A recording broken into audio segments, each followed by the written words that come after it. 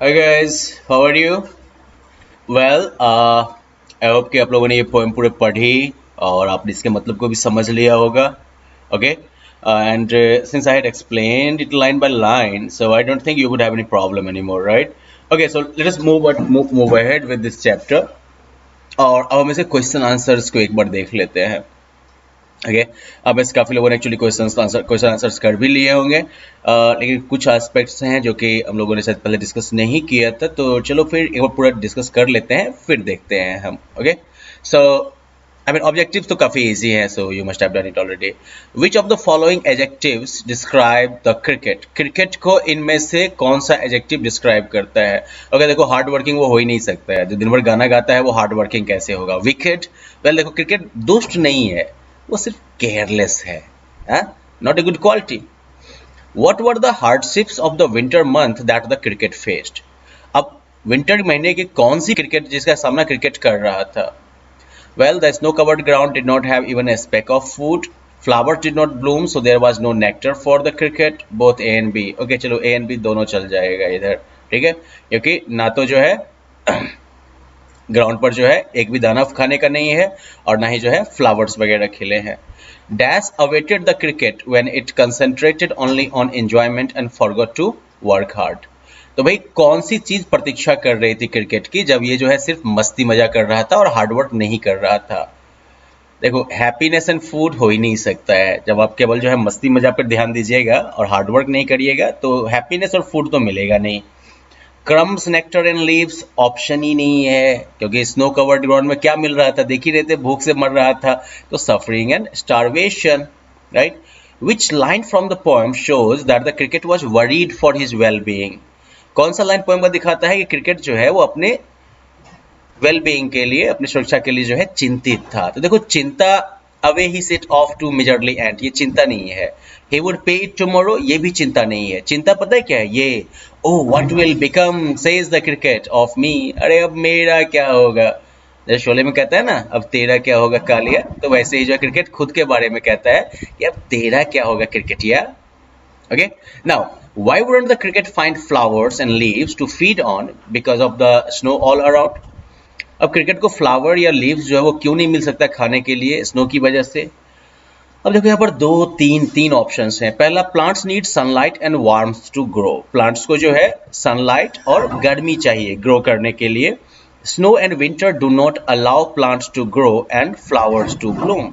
Snow और winter जो है वो फ्लावर्स को जो है ग्रो होना जो है वो नहीं अलाउ करते हैं और फ्लावर्स को खिलने का भी जो है चांस नहीं होता है. अब देखो सही मायने में देखो तो दोनों सही बात है. प्लांट को जो है इन चीजों की जरूरत होती है और यही सनलाइट और वार्मथ की, और इसीलिए जो है स्नो और विंटर में क्या होता है, सनलाइट भी कम टाइम के लिए मिलता है और साथ साथ इतनी ठंड होती है जिसकी वजह से प्लांट्स का ग्रोथ जो होता है या फ्लावर्स का खिलना जो है वो नहीं हो पाता है. तो both A and B both are actually contenders for the right answer, तो इसलिए सी जो है वो सही ऑप्शन है, both A and B. Now okay, अब आपको जो है इसमें राइमिंग वर्ड्स का जो है पेयर खोजना है और ये बताना है whether the poem has a regular rhyme scheme. तो देखो राइम तो आप जानते हैं, राइट? तो can we find the rhymes now here? Sing, spring rhyme कर रहा है. होम, कम. ओके, लास्ट में जो है वीक राइम है, कमजोर राइम है, लेकिन चलो साउंड जो है वो मैच कर रहा है. Found, ground, see, tree, me, bold, cold, ant, grant, rain, grain, borrow, tomorrow, sorrow, then am, लेकिन इस साथ कोई कुछ भी राइम नहीं कर रहा है. friend, we, land. तो यहाँ पर क्या है कि friend और land जो है वो तो राइम कर रहा है, लेकिन m और we तो राइम नहीं कर रहा है ना, और कुछ मिल भी नहीं रहा है हमें. we, lay.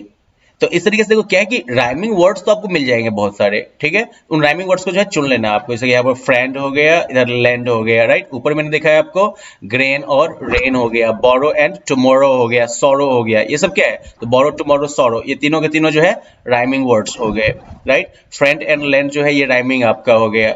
ले नहीं, एम के साथ जो है, ये जो एम है इसके साथ वार्म जो है वो जो है थोड़ा सा राइम करेगा but not exactly weak rhyme, इसको कमजोर वाला राइम बोलेंगे आप.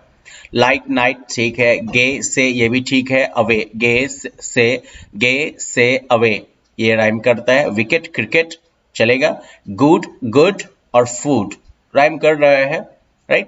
तो इस तरह से आप राइमिंग वर्ड्स तो चुन लीजिएगा आप।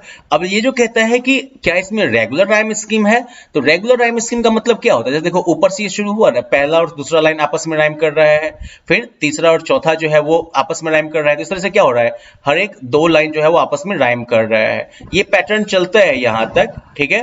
लेकिन उससे आगे अब क्या देखते हैं हम, यहाँ पर एक्चुअली तीन सेंटेंसेस जो हैं वो आपस में राइम कर रहे हैं, यहाँ पर ये दो फिर दो दो जो है राइम करता है। यहाँ पर क्या होता है, अब रेन ग्रेन ये भी राइम किया, बोरो टुमारो ये भी राइम किया, बोरो टुमारो एंड सोरो तीन जो है वो यहाँ पर राइम किया। इस लेकिन ये एम जो है किसी के साथ राइम नहीं कर रहा है, ये अकेला कर रहा है इधर। फ्रेंड्स जो है वो किसके साथ कर रहा है, वो लैंड के साथ अब कर रहा है, वो सेकंड सेंटेंस के साथ नहीं कर रहा है, वो थर्ड के साथ कर रहा है यहाँ पर। इस तरीके से रेगुलरिटी नहीं है, ठीक है। कुछ जगहों पर तो रेगुलरिटी है, लेकिन बाकी जगहों पर जो है ये रेगुलरिटी ब्रेक हो रही है। ओके, तो राइमिंग स्कीम कैसे, किसको रेगुलर बोलेंगे किसको इरेगुलर बोलेंगे, ये समझ में आ गया आपको। कुछ ना कुछ ऑर्डर होना चाहिए इसमें, ठीक है। और हाँ, राइमिंग स्कीम को डिनोट करने का भी एक तरीका होता है, I guess you are in class 8 so you should know it. जैसे मान लो कि क्या करो कि सबसे पहला जो है इसको आप जो है नाम दे दो, तो जैसे कि ये हो गया A B B, found ground है तो सी डी डी डी, तीनों चूंकि राइम कर रहा है ना, डी डी डी। फिर इधर जो है E E F F G G H H H, I खाली रहेगा, जे जे, ये जो है फिर के हो जाएगा, क्यों, क्योंकि ये अलग है, ठीक है।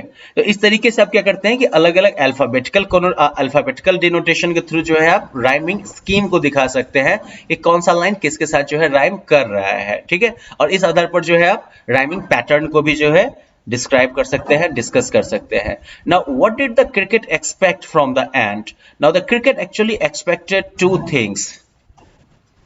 The cricket, okay, already start with capital sentence. So the cricket expected food and shelter from the ant, right?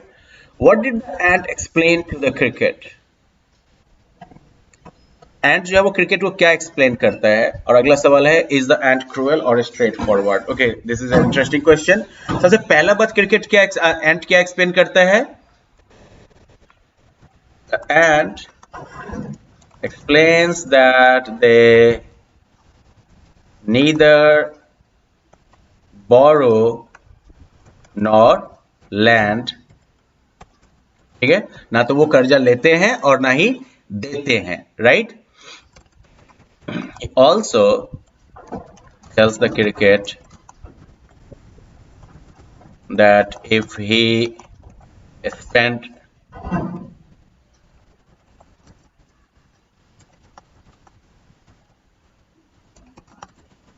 he spent his summer dancing,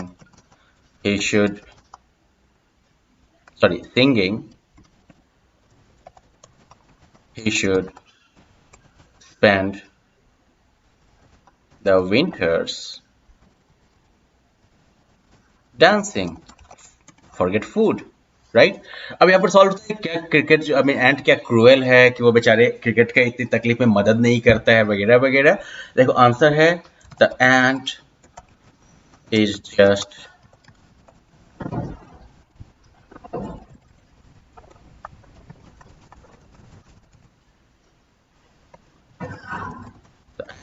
straight forward. Ant जो है वो बस straightforward, okay. You sang, sir. You say. Okay, ये कौन कहता है? Of course. Who said these words? तो इसमें होगा the ant said these words. Who sang?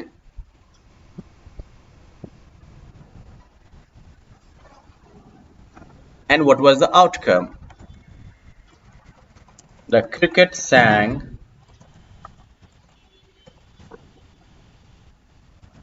And he had no food or shelter when the winter came, and there was no food outside. Right? यही था outcome. What are the characteristic trait of the speaker?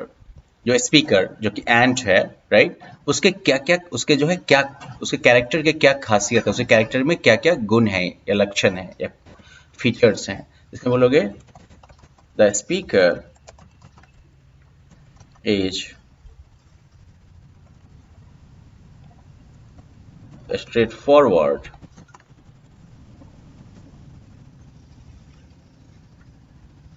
Right, यही उसका main characteristic है. What would you have done if your neighbor, just like the cricket, wasted his or her time and then approached you for help when in need? Okay, what would you have done if your neighbor, just like the cricket, wasted his or her time and then approached you for help when in need? ये एक बहुत ही interesting question है कि आप क्या करिएगा अगर आपका नेबर आपके पास जो है जरूरत के टाइम में मांगने के लिए आए, उससे पहले वो जो है अपना सामान आपकी मदद लेने आए, जबकि जब टाइम था तब वो जो अपना टाइम बर्बाद कर रहा था. तो वेल पर्सनली अगर मेरी बात करूं तो I would have helped once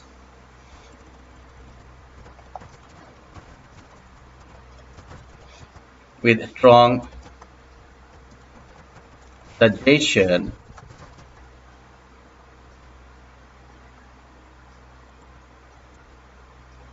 I would have helped once and also advised him not to waste his time anymore.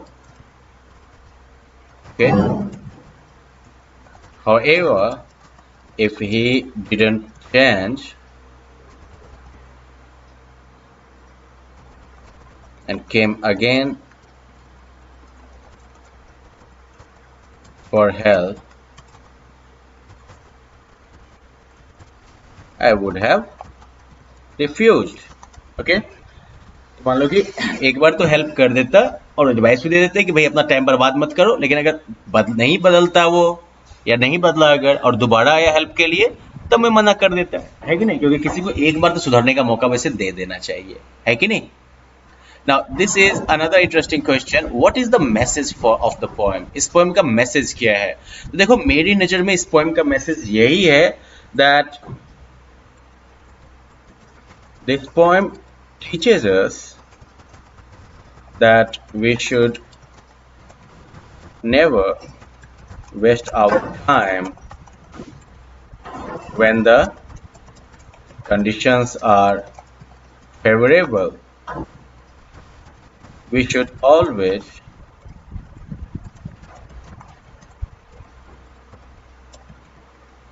keep working and save something for the rainy days. देखो rainy days का मतलब होता है जब आपका बुरा time था, मुश्किल वाला टाइम होता है. रेनी डेज का ये मतलब नहीं कि बारिश वाला टाइम ही सिर्फ, यहाँ पर रेनी डेज जो है वो हो गया आपका जबकि आप जो है अभी जब आपकी सिचुएशन थोड़ी टाइट चल रही हो, है ना. तो ये जो है मेन लेसन है. Compare the cricket and the ant, list the good qualities of both that one must possess in life. अब देखो यहाँ पर क्रिकेट और एंट दोनों ऐसा नहीं है कंप्लीटली रॉन्ग है. क्रिकेट में भी एक खासियत है ना, बेचारा खुश रहता है, नहीं जब मौका अच्छा होता है तो वो एंजॉय करता है, तो ये एक अच्छी बात है. एंट के साथ अच्छी बात क्या है कि एंट जो है वो हार्ड वर्किंग है, राइट. क्रिकेट के साथ और कोई अच्छाई आपको दिख सकती है?